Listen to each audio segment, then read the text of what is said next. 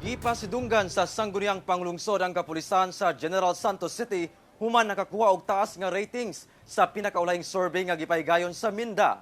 Ano yung report ni Abby Caballero?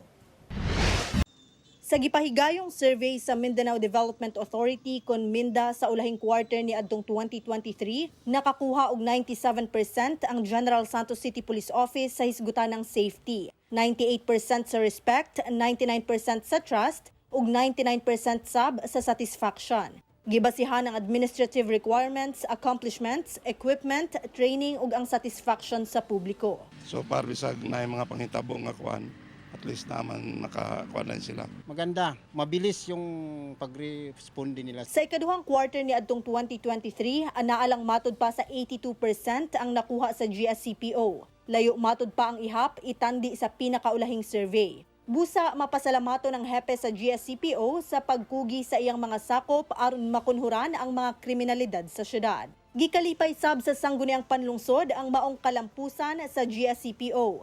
Gani ilang gipasidunggan ang GSCPO atol sa ilang sesyon ni adtong Martes. Mipasalig ang GSCPO nga ilang ipadayon aron matupngan ang gihatag nga kumpiyansa kanila sa katawhan. Dako pasalamat sa atong mga personnel, mga stakeholders, mga mitabang sa GSCPO para mag-gain back ang trust and confidence sa mga tao. Daghan kayo nga mga civilian nga hinghatag og information para mapadali ang atong trabaho sa pulis. Kauban si Bong Vicencio sa kamera. Ako si Abby Caballero para sa One Mindanao.